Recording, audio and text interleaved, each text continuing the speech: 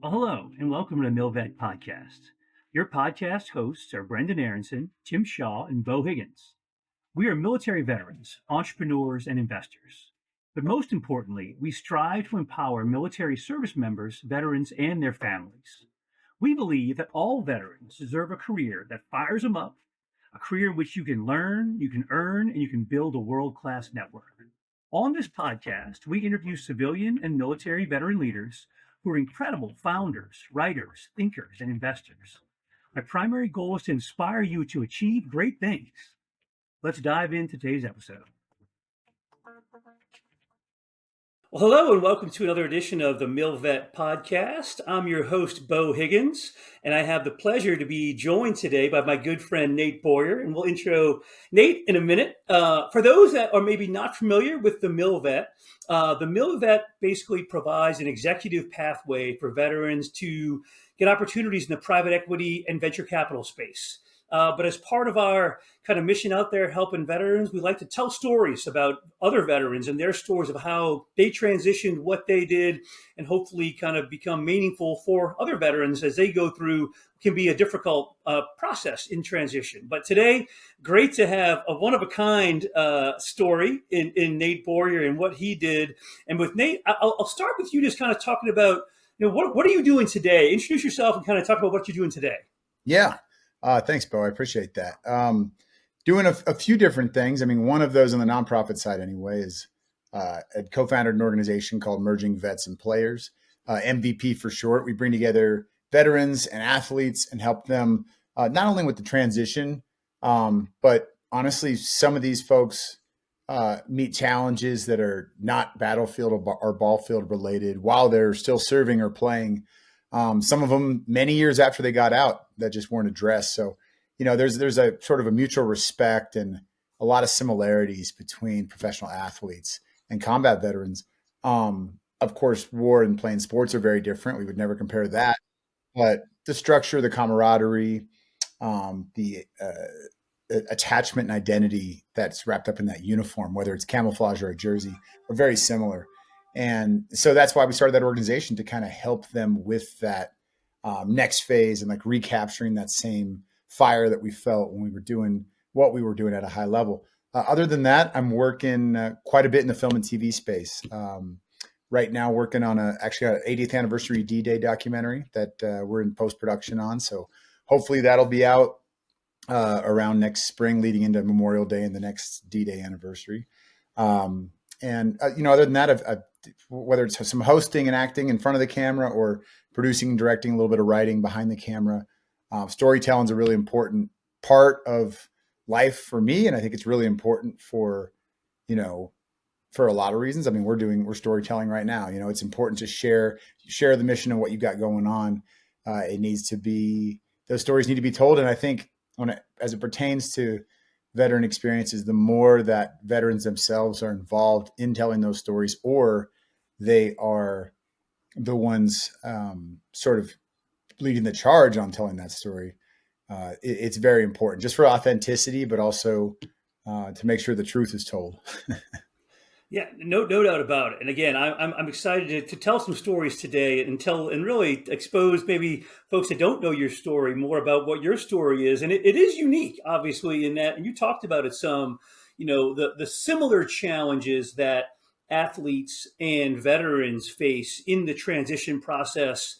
But we'll start with the first part for you, though. Before you became the athlete, you were, in the military. And how'd that all begin for you? Did you know, like from, age 5, you were playing G.I. Joe in the backyard and wanted to go be in the military? Or what was the inspiration to join the military for you? I certainly played G.I. Joe, and I loved the A-Team and all that stuff. But I don't think I genuinely thought about joining the military until I was a senior in high school. I grew up, all my heroes were athletes, like at least ones that were real people. I grew up in the Bay Area during the 49ers dynasty. So, 4 Super Bowls from the year I was born till I was, 10 years old. And then another one when I was 13, and just pretty awesome to get to sort of see that and become a fan. And then of course, I love baseball, I love basketball. I started playing sports at a very young age too. And so yeah, it was like, that's what I wanted to do. Those are my heroes. And yeah, as I'm in my senior year, I don't have any major scholarship offers for baseball or for basketball. And I never even played football growing up. It started to look like that probably wasn't a reality. And, but at the same time, still wasn't genuinely thinking about the military. Granted, this is also before 9/11. This is back in 1999. And I moved down to San Diego. I worked on a fishing boat for a little while. Took some firefighting classes. Thought I wanted to be a firefighter. I mean, I did want to be a firefighter. Yeah. But after being around that, and just being 18, 19 years old, I just remember thinking, man, like that's a lot of responsibility. That's a real grown up job. And you don't just do that for a little while and do something else. Like it's a commitment. So I didn't pursue it. I didn't continue on with it. I ended up moving up to Los Angeles with an interest in film and TV stuff. I watched some films that sort of inspired me, and I didn't really particularly like my story very much. So I was like, I wouldn't mind helping tell other stories maybe that are more interesting than mine. And I went up there a year later after I'd moved there. 9/11 happened. Still didn't join right away, but it got me thinking about it. And then I was doing some traveling and relief work at some, places like the Darfur and Sudan.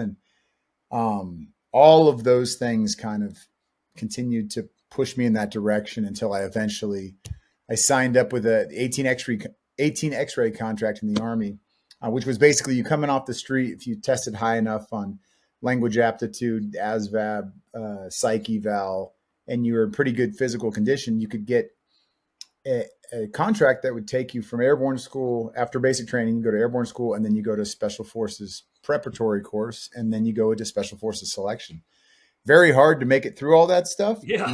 Not to mention the 1.5 year long training after to earn your Green Beret. But that's what the final hook was that finally got me, was the opportunity to at least compete to be a Green Beret. And so that's why I signed up. That's pretty cool. It's just amazing the number of things that coalesce to get you there, and things that have come back into play later in life that you're still doing, that you kind of, took a while to kind of figure it out, but you got there and went through what is probably one of the most difficult paths. I don't know what I'd be curious to tell the data point of how many people that start the 18 X-ray program and actually finish. I bet it's not a lot. I don't know, but I mean, it's not, and it's still not. Yeah. This hat's actually was given to me. I was just out there at Camp McCall where they conduct selection and the Q course. Much of the Q course is out there. It's near Fort Bragg out on its own compound. And one of my old teammates who went to the Q course with me was now the selection sergeant major out there. And so he had me out and got to tour everything and see everything. And I got to do the selection announcement for the class that made it through selection. But then he showed me the numbers, of every group that comes through every other month or so. They get a different selection class in there. Still low, they not going to change the standards, which the standard is the standard. And that's what they always say. And it's true. And they get sometimes criticized by maybe people in higher places. Hey, we got to get more graduates. And they're just like, well, then we got to get more capable people to try out, because we're not lowering the standards, and that's just the way it is. So it isn't high. I know from my group that started in basic training, and I don't have the exact numbers, but I know we were about 145 or so of us that had the contract, 18 X-ray contract. And from my count, there might have been one or two that I missed or something. I think only 11 of us got all the way through and earned our Green Beret. So that's just, that's 10%, not even 10%. Yeah, like less than 10%. Yeah. So I know that it's, if you're already in the conventional Army and you go and try out, it's still not high. Like every selection class, it's less than half. And then you go through the course and there's continued attrition throughout. So I'd say it's on average, maybe 20-30% graduate that go to selection. And that's not very high. But that's good. I mean, I think it should be that way. It's prestigious and tough and should be hard. As a guy that was commanding officer of a recon battalion, that's it. That's what you want. You want the guys that are the best out there, and it's something that you have to fight. If it was easy, everybody would do it, right? I mean, that's the point, right? So, exactly. So you made it through that, which is a crucible in its own right. And then Just talk about some of your active duty time in the military. I mean, highlights of that, and Yeah. really, I always like to talk about, what foundational things did you get from that time in the military? Because it sounds like when you were 18, 19, you maybe were like, I don't know what this is all about, and you found something. But Yeah. what did that process? Maybe it's making it through that process, teach you about yourself or kind of shape your future. Yeah, I mean, certainly a lot of things, and by far the biggest thing was just the other people, was the other, the other Green Berets, and not just Green Berets, the other military members, service members that I served alongside. You know, it's interesting who emerges as leaders because it's not always the highest ranking, it's not always the oldest or the most seasoned. It's just it depends on the situation. But certain people step up when things get tough, and those are the leaders. Those are the ones I want to follow anyway. They might not always say the right things when they're not in those moments, and they might not always. We're all full of fault. We all make mistakes, and nobody's perfect. But it's the people that are consistent anyway. Like they always show up, whether they're in a good mood, bad mood. They show up and at least try. You know what I mean? They're never going to quit. But also when things do get tougher, they seem to elevate. And I eventually found myself to be one of those people, at least on the physical side of things. And that was helpful. So that's where I was able to be a leader when it came to like training. I was good at that. I wasn't necessarily good at planning. I wasn't necessarily good at rallying the troops and saying the right things, but I was good at, I had a good work ethic and I was going to go as hard as I could, no matter what that thing was. But it was, yeah, that's the thing that always sticks out. I mean, my best friend that I'd served with, he passed away in 2012, unfortunately, but Brad Keys was his name.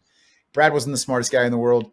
He was a country boy from, Spartanburg, South Carolina. And he's the first one to tell you like, I don't know shit. I'm dumb, and it's just like, he wasn't though. He wasn't, once you're around him, he's a lot smarter than he let on, but he was that guy that no matter what department, because the special forces team, it's probably similar, recon in the sense of it's small teams. You don't have a ton of people on your squad or your ODA or whatever, and everybody's got a specialty.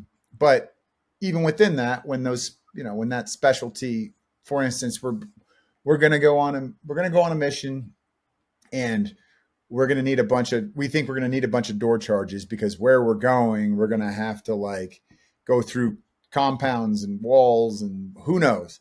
So in that case, maybe the engineer or demo guy on our team is going to need a little extra help prepping for this thing. So Brad would be the first one, on that mission, like sort of stepping up and making sure that that's getting done. Those kind of people, whenever there's like a weak point, he's there not to criticize it, but to support it and fix it so that everything still runs smooth for the rest of the team. He's not worried about how he looks, and that if his department's squared away, great, that's great. But if any of us are not, then it's going to fall apart either way. And I'm part of that.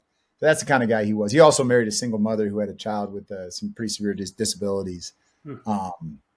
Just not just because he was a nice guy. I mean, he loved her for sure, but like, he just knew like this person is meant to be my son. I'm meant to be his father.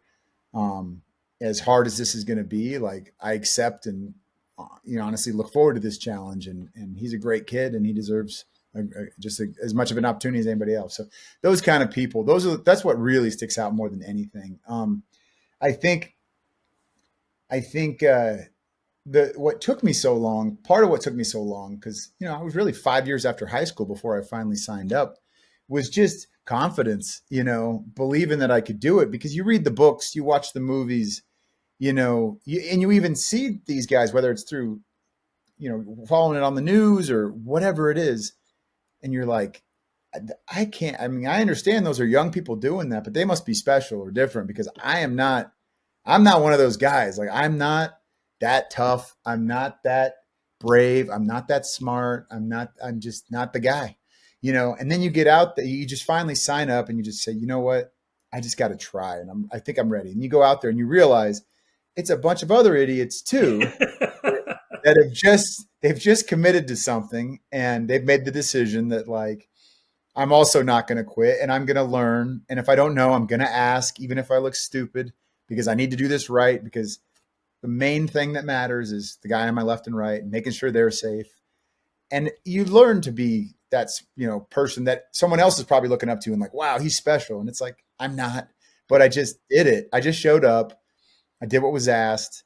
Maybe I goofed around a little bit. Maybe I did these other things. I still had a good time. Found a way to have a good time doing it, but I just kept doing it. And I just did. I just made the one decision I made was like, no matter what, I'm just not going to quit. If I just make that decision and hold yourself accountable to that, and maybe make others hold you accountable to it too, you're probably going to get through it. You probably will. Like those, I would imagine it's the same in recon. You look at the lineup of people getting ready to go to selection, and then you're done. You'd walk through and maybe you'd pick your top 10, and you get done and like maybe 2 of those top 10 made it. Yep. And these other guys, it looked like there's no way. And he made it. But it's like, he's got something inside him that you can't see it doesn't show in his muscles. You know what I mean? Yep. Like it's something else. So.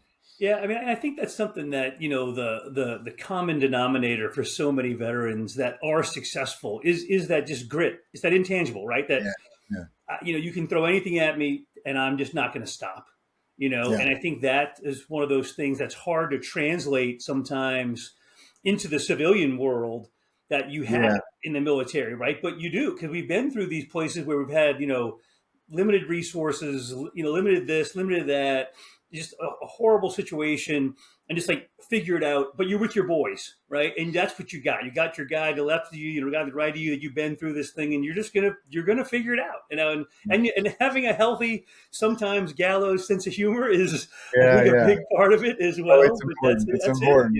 Yeah.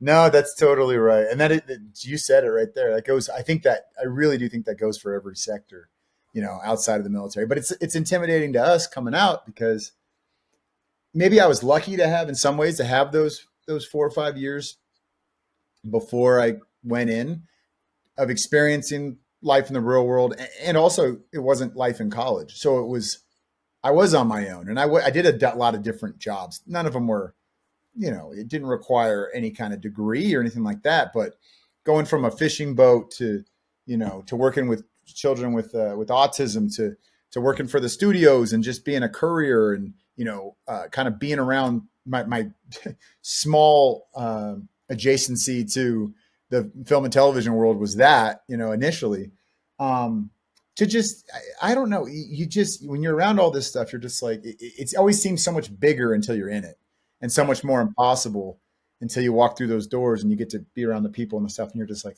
oh, that's all this is. I mean, it's still competitive and challenging, but it's not impossible. It's just, you just got to break the thing down, and not look at it as this big whole thing. Kind of like you're going off on a long ruck march. If you just keep thinking about the 40 miles you're about to march, it's never going to get shorter and it's going to be miserable. But if you break it up with conversation and with little, we just got to get up to that ridge line there, and then we'll take a break and have drink some water, and then we'll do that.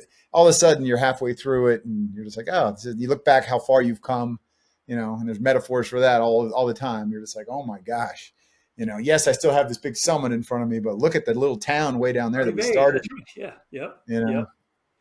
Yeah, certainly counting those little victories is, and just eating the elephant one bite at a time, right? I think we can, all of us have some type of, I don't know if it's or anyone can have some of that imposter syndrome. Like, I don't belong here. I don't fit here. But you do. When you get there and you meet the people, they're all like us. I mean, they all have similar, no one was born that could do all those things at birth, right? They all learn these same things as similar as we did too. Like, you can figure it out. I used to say, that's why I love these podcasts. Like, you have these guys that are transitioning right now, and they're like, man, I don't know how I can do it. Like, look, I was we're knucklehead guys. I just kind of figured it out. We did some really cool things, but I didn't know that till you jump in. You have to take that leap to transition out, or that leap into the military in the first place. And once if you've been successful there, I think it's actually, in some ways, it's. I know mentally it's hard to make that leap sometimes, but you can do it if you've done it in the military. I mean, so many of us have done it on the backside, have been successful. Hopefully people can learn from, our experiences that you can do it too. You just gotta, it can be a little scary. I get it. You got to jump sometimes, but what you did is way harder than what we're asking you to do now, So yeah. Exactly. Yeah. And I always look at it this way too, because, I went to college at 29, and I'd never gone to college before. Well, took some firefighting classes, but you know what I mean? Like that was a little bit different. I was through a junior college and I wasn't a full-time student. So I'd never like experienced that world, and not that wasn't really intimidating from an academic standpoint. It was just like, this is going to be weird being 10 years older than the other freshmen. Like, and it was in some levels, in some ways, but also, you know, I wanted to continue to challenge myself. I think physically and mentally, in some ways as well. And the fact that I hadn't played football before and regretted that was a big thing for me. And I was like, okay, what's the worst that can happen? The worst that can happen, and it's not bad at all, but the worst that can happen is I just get cut. I just don't make the team if I try out for this thing. Well, then what? Well, then I'll figure something else out, as I always have in life, because I've been cut from things all the time. Like I've failed plenty of times growing up, especially playing sports and doing stuff. I got cut from teams, or I was on bad teams, or I was riding the bench or whatever. Like you get through the season and then you get better and you come back and it either works out or it doesn't. But you know, if you're too focused on the result all the time, then you're not going to have any fun, A, and B, you're just, you're going to psych yourself out. You're not going to do what's necessary to prepare yourself for that opportunity if you do get it. So yeah, so I spent that last year in the military getting ready for that as well. After coming back from Iraq and a long deployment, it was like, all right, I'm going to transition into the Guard. Still want to keep serving in some capacity, but I am ready to go to school. So I started doing that. And, you know, it started out with, honestly, in Iraq, running routes behind the HESCO barriers when the gun range was cold, and trying to learn how to backpedal and, you know, just Googling and YouTubing football drills, just trying to get some footwork ready. And I started eating more. And even though the food sucks, you know that, I started eating more and just trying to lift heavier and put some muscle on. And then I went out there and I just went to tryouts, and I was like, I get to tryouts, and it's like, you know, they're all 18 to 21, pretty much everybody there at tryouts. And they're all faster than me, better at, like, natural athletes. Most of them played high school football at high levels. But they didn't have the endurance that I had. And it's the minute I caught on to that, and I could just kind of feel that around me, people breathing a little heavier than they should be, I was just like, okay, this is my time to shine. So like when it gets like this, I'm just going to keep going as hard as I can, even if I puke or whatever, on every drill, as fast as and eventually I'm going to be going faster than all them because they're going to be pooped out, you know? And that's how it went. So it was like, yeah, maybe I start in first gear, and finish the thing in second gear because that's all I got. But like they're downshifting the whole time, and coaches recognize that stuff, you know? And so that was just enough to just get me on the team. And then it was, once I was on the team, I know I'm not going to start. Well, I don't know. I had a glimmer of hope, but pretty sure I wasn't going to start at safety, which I'd walked on as a defensive back, and not at a place like University of Texas. It's a really, you know, we're number one right now, and we weren't at the time, but we were good. But it was now, okay, I'm on the team. I'm not playing. I'm not on the travel squad. What can I do to fix that? Like, how do I get on the field? And I found the most thankless job, maybe in sports, long snapping. Like, nobody wants to long snap. Half the people that watch football don't even know what it is, but it's the guy that only hikes it to the punter or the holder on field goals and extra points for the kicks. He's part of the kicking game. It's a specialized thing. You don't have to be the fastest, biggest, strongest, toughest guy. You got to be consistent. You got to be accurate. You got to be able to block out the noise. You got to be able to like calm yourself. I thought of it as the same as shooting a free throw, no matter what arena you're in or whatever. It's the same.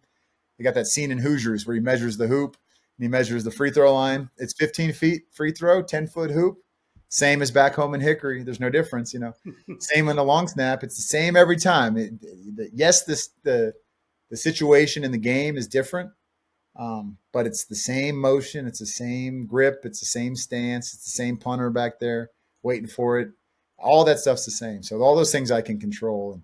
And just like learning to shoot a pistol, I kind of translated that into learning the long snap. And I started for 3 years at Texas and even had a crack at the NFL with the Seahawks because of long snapping, because of the military, honestly, because of learning how to train for something specific and like break it down into the different parts and, you know, perfect my grip, then perfect the spiral, then perfect the stance and some of the, trying to get power back there, and then trying to get accurate, consistent, and then figure out, a target and aim small, miss small, and slow is smooth, smooth is fast. All those things all the tenets of anything that we learn, shoot, move, and communicate, was all the same.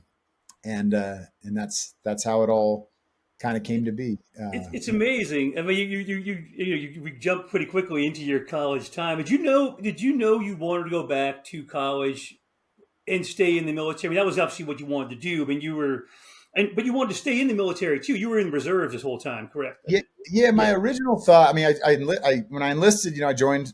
I had a 5-year contract, active duty.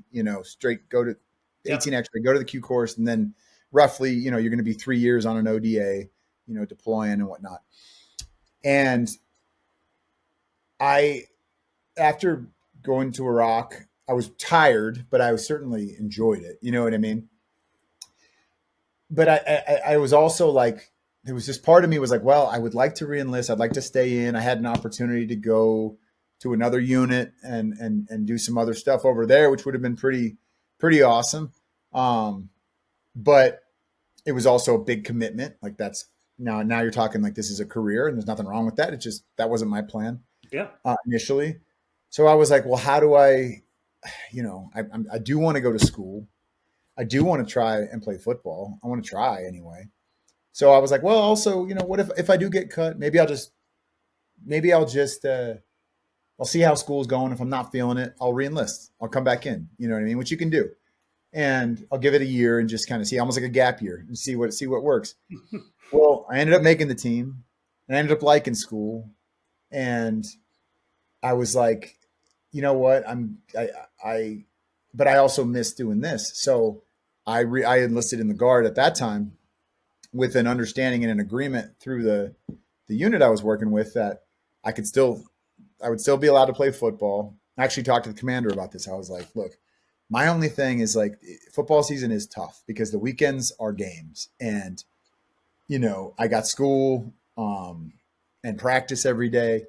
Now in the spring and the summer, it's a little bit different. We still practice, but the weekends are off. Summer, a lot of time off. So I'll make up training time then, and I would love the opportunity. If you want to utilize me, I'll deploy, in the summer. So that's what I ended up doing. I would take my finals early in like April, and I would go to Afghanistan for about 3.5 months and get attached to an ODA. It was great. I mean, I chose all this, and I loved it. People are always like, you're crazy. I'm like, dude, do you know how humid it is in Austin in the summertime? It's not dry. Afghanistan's beautiful in summer. Beautiful. I was up in the mountains with the dry heat. It was great. And yeah, so I did that, and then I would come back.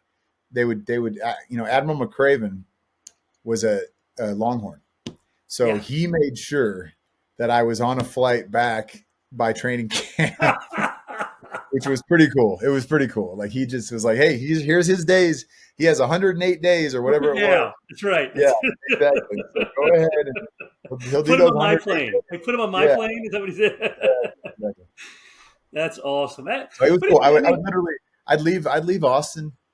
I'd fly commercial. I'd leave Austin. I'd go Austin to like DC to like Dubai to Kabul, and I would get picked up by a Land Cruiser outside of the commercial side of the airport, not the military side. Yeah, they would just pick me up, and I put my bags in there, and they get, here's your body armor, here's your weapon, here's your helmet. We drive to base, like you start work immediately, and then literally like the day I'm leaving, it's like that last night, get to say bye to my ODA, have a little party, put me on the flight, fly out there. And then I go so I'm in the barracks over there in Camp Moorhead. And then I fly back to Austin, and I'm in the dorms for training camp. 24 hours later. That's crazy. You know what I mean? Just like crazy. Hey, how was your summer? What'd you do? Exactly. Everyone's like, wow, you're really tan.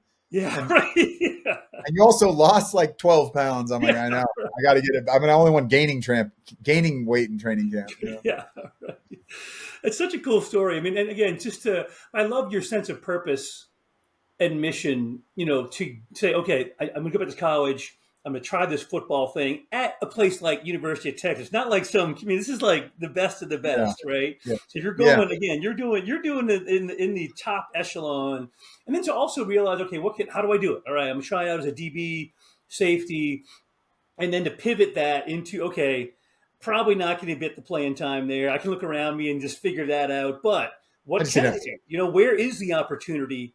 And again, I think that's probably, I like to think that's something the military probably, find those opportunities and attack there and put your resources into that to what is realistic and making up. It's a great story of just finding the right, maximum, utilizing the opportunity comes along with your effort. Hard work together with the opportunity and figuring out that right path and make that connection. And it obviously worked out great. It's pretty cool. Pretty cool. Yeah, no, I mean, and to be honest, like initially my thought was, well, maybe I'll go to a junior college first or go to a smaller school.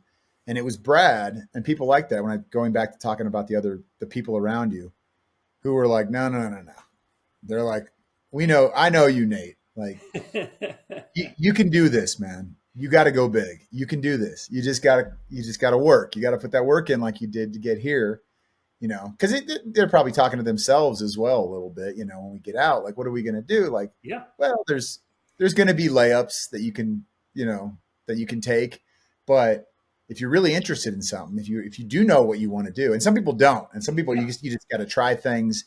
You got to get out there. You got to go to different groups and, whether they're for-profit, nonprofit, get in some clubs, just meet people and get around something that you maybe think you're interested in and see if you like it. But I knew I wanted to do this thing. So it was like, you already know, and that's half the battle, yeah. Knowing what you want to do. Now you just got to commit the time and resources to that. But let's focus a little. I do want to talk. I mean, it's fascinating that, and again, make the plan, know what you want to do, and then just do it and execute. I mean, that's what you were doing at that point. You were executing and breaking down the motions, breaking down the process into something that you could master, which you did, so much so that you made it to the NFL, which is unbelievable. I mean, it's one of the greatest stories of all time. A guy didn't play high school football, and all of a sudden, you walk on at Texas and you're playing the NFL after being, a Ranger or, being an SF for that long and being on the ODAs.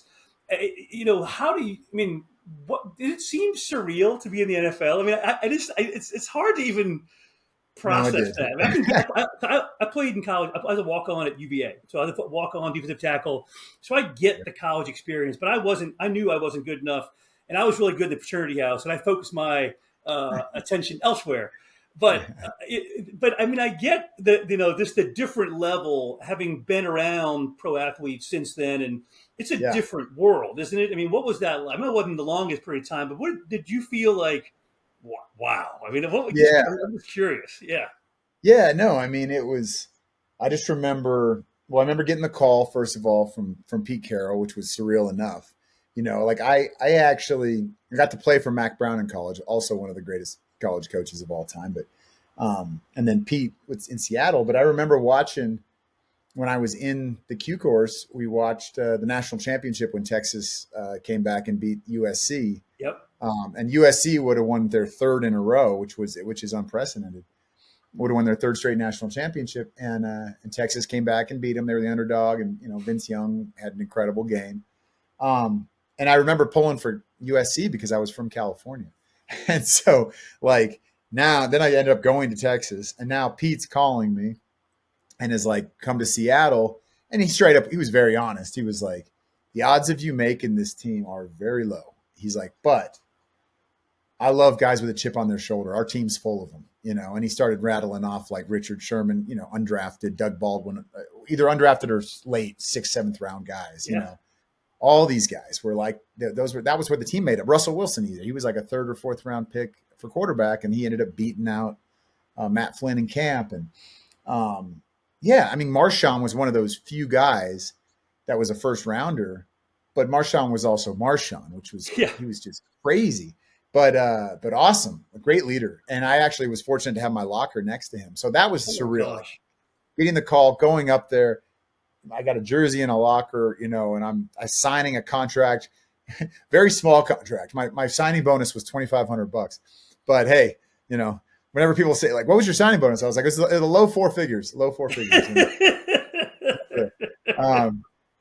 But yeah, he's like, I got my locker next to him. He's got a bottle of Hennessy up top because he takes a little swig before practice just to stay loose, That's But that's just who he was. But he was also a great leader. Him and Sherm and yeah, Bobby Wagner and Jimmy Graham and Michael Bennett. Like these guys were just great leaders. Like they were uh, bad guys in the media, kind of by choice, really, and tough people because they have a chip on their shoulder. But you're out there at practice and they're coaching up people that are trying to take their job. That takes a lot. That's a big person to do stuff like that. So anyway, it was just that was really surreal. And then the one game I played in, I'm warming up at midfield. It's in Seattle in CenturyLink, and I think it's called Lumen Field now. And I'm snapping at midfield, and I'm nervous, but I'm also like, this is crazy, this is really cool. And I look up, and next to me, we're playing the Broncos, and Peyton Manning's warming up right next to me, and it's his last year. They went on to win the Super Bowl that year. And I'm just like standing there. I'm like watching Peyton Manning with my, I tried to push my mouth, close my jaw there for a second. It's just like, this is so insane. And then lead the team out of the tunnel with the flag, which was super cool. The equipment manager asked me if I wanted to do that. And I was like, with the American flag, I was like, of course. So I do that, get on the sideline.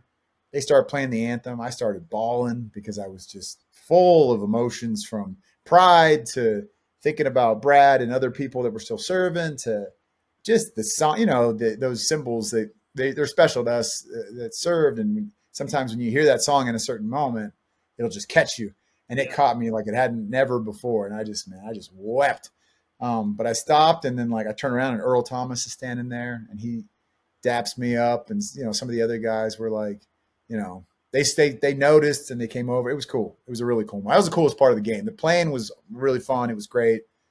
But that was it. The next week was like, the last big round of cuts before this, the season, when you have to have 53 as your max number. And it was between me and one other snapper, and he'd been there 6 years, and, he's bigger than me. He was a better blocker, and, he deserved the job. So that's what happens. But, I wasn't, of course it sucked, but it was like, that whole time I wasn't focused on, it's only a win if I make the final roster. It's only, you know what I mean? I didn't measure success in that. I was just like being here, getting to a try every day and go for it. Like that's the win, It's like a kid's dream. I'm gonna enjoy it, and I'm going to give it everything I have. It is more than I could even. It seems like a fairy tale. It truly is a fairy tale. I mean, I know it is a fairy tale come true. But so that happens pretty quick. I mean, all of a sudden it's over. I mean, the phone's not ringing anymore. I don't know if but at what point do you realize that the connection between veterans and players were similar? I know that's what you're doing now, but that's something you kind of saw in the space when you were in the NFL? Or I mean, how did you kind of make that? Wow, you know what? We're pretty similar. We're both like top of our, whatever profession it is. We're the top of the echelon. All of a sudden, that can be over in a day. How do you transition? I mean, it happened to you pretty quickly, although it maybe wasn't from out of left field, maybe, but still, how did you get from that point to kind of take the next step to be, to get to MVP? But what kind of that process? Yeah, no, I mean, that was definitely, it wasn't something I'd really thought about. I think I probably subconsciously recognized it, but I never made the connection. And I think maybe with a little bit of arrogance of thinking like, you should never, I don't know if arrogance is the right word, but you should never compare military to anything else because it is like nothing else. And granted, when you talk about war and stuff like that, may be true, but it wasn't fair to say that, I think, to myself anyway, or to think that. I think you get a little jaded sometimes because, coaches, they're just like, all right, we're going to war. We're in the trenches and blah, blah, blah. And, you got to go out there and kill for your buddy. And I'm just like, this is football. So some of that would be in my head and I'd kind of eye roll those comments. But, after I got done and I'd gotten out of the military, I'd gotten done with the guard about 3 months before Seattle called, so that was already over. And now it's September, um, and I'd been out of the military about 8 months, and now football's all of a sudden over. And I was 34, still feel like pretty good condition, and not even, I felt like I haven't even peaked yet. What the heck? But it's like maybe I have, because then now I'm like at the Yeah. top of the mountain is over, and I'm supposed to work another 30 years plus. What am I gonna, doing what? Like, what am I gonna do? And I'd met Jay Glazer before I started training for that opportunity in Seattle. I moved out to Los Angeles after finishing up I was finishing up my master's degree, and I was doing my last semester was sort of a semester abroad, quote unquote. It was called UTLA, University of Texas, Los Angeles. And so I was out there and I was doing an internship with Peter Berg, who's a pretty prolific filmmaker. He made Lone Survivor and Friday Night Lights. And so a lot of football, military related content that it resonated with me. So I did an internship at his production company, and I was taking a couple of classes through that UTLA system to finish my degree.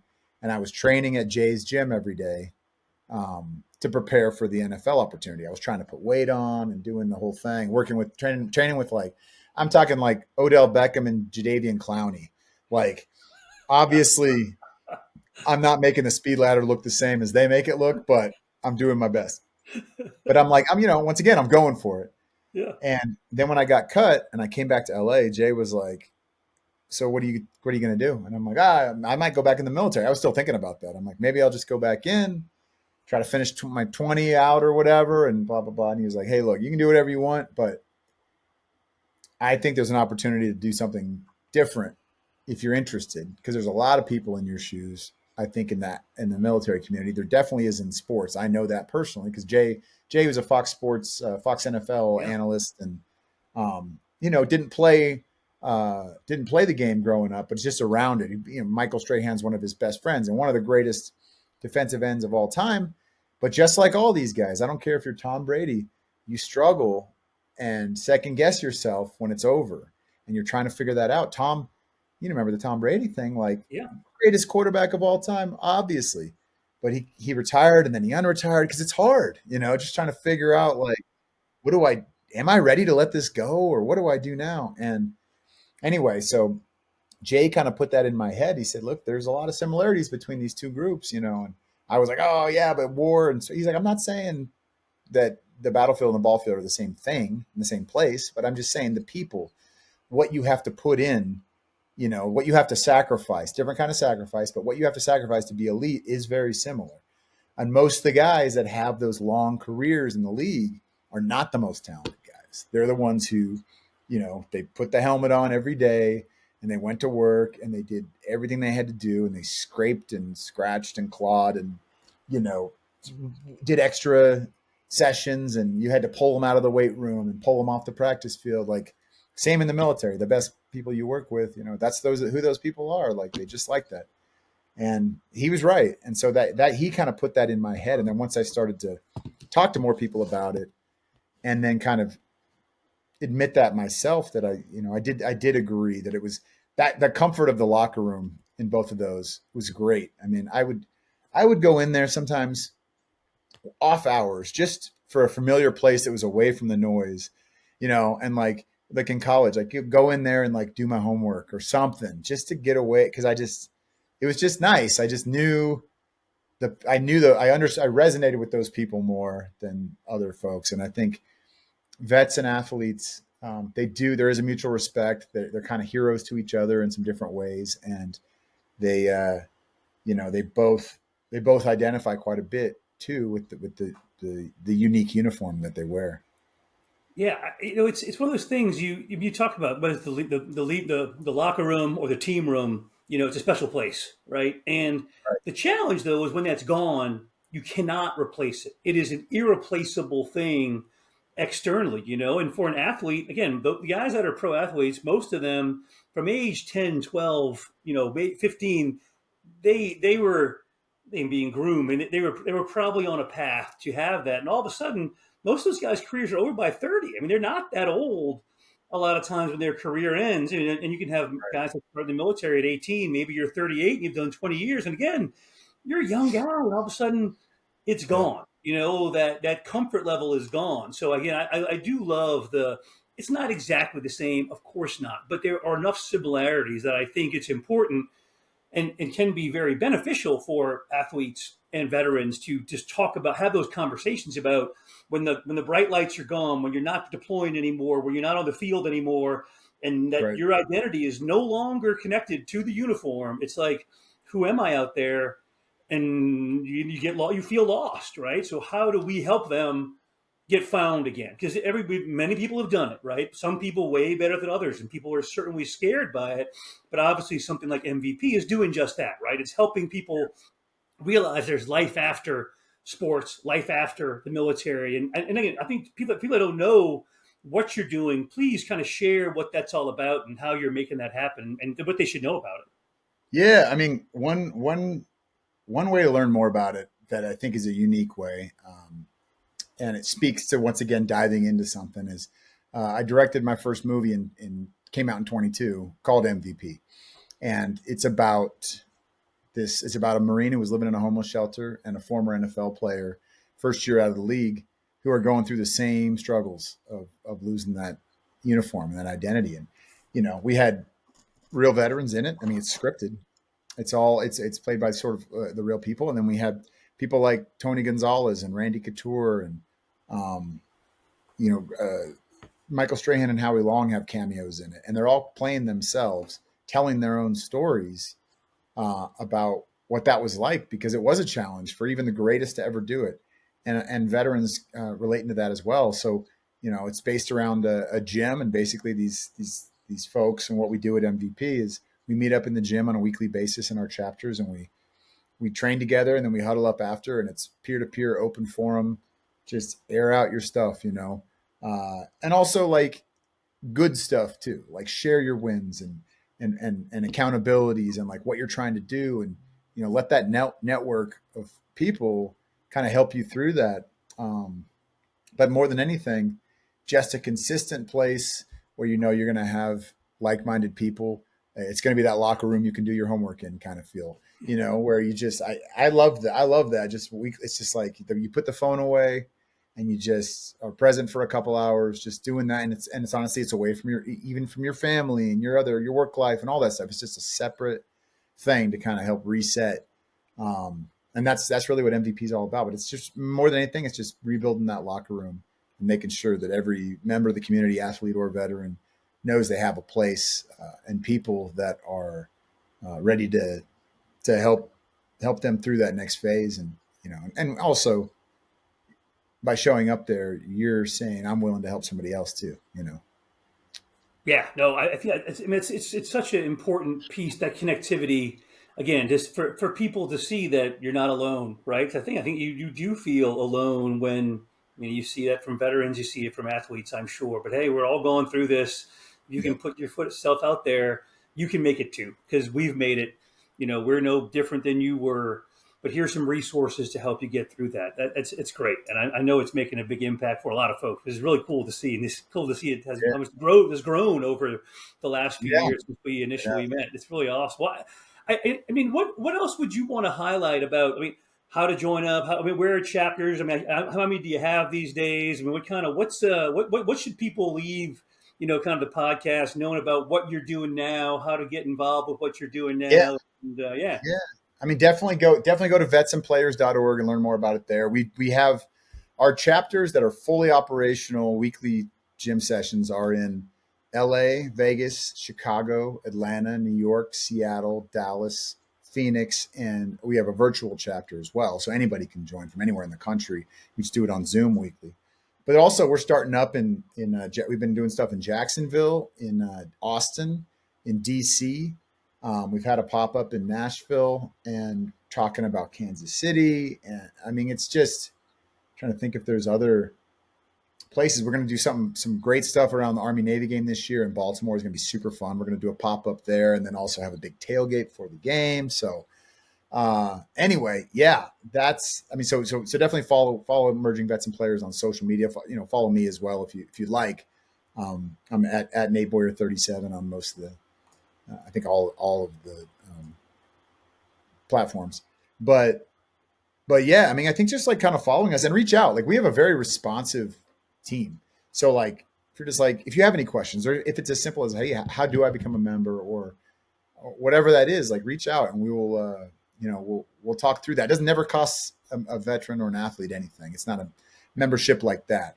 You paid your dues by doing what you did. And so yeah, we would just the more the merrier, and we're always looking for new ideas and things that we want to do because we collaborate with a lot of different organizations and and schools and things like that as well. So it's kind of limitless what's out there as far as what we'd be willing to do, and we're here for you. I love it. I love your story. It is truly one of the most inspirational out there. From a guy that was, I say, lost out of high school, and then found his purpose in the special forces community and the path to the NFL, and then now giving back. And being in film industry. It's just it's inspiring for me, and I'm sure for others as well. I hope to see you up at the Army Navy game. I'm a big South Italian Foundation guy, so I hope to be there with the TMF crew. And oh yeah. It's always a pleasure, Nate. I thank you for your time, and it's been great.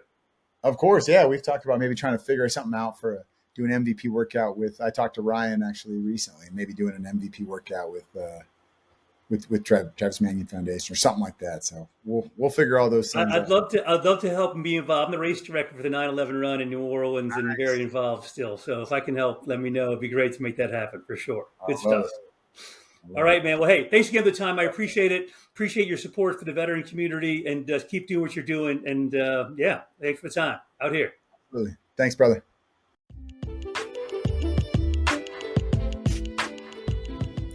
Thank you so much for taking the time to listen to this episode. For more content, follow us on Instagram at TheMilVet or on LinkedIn. Join us at an upcoming event or learn more on our website, TheMilVet.org.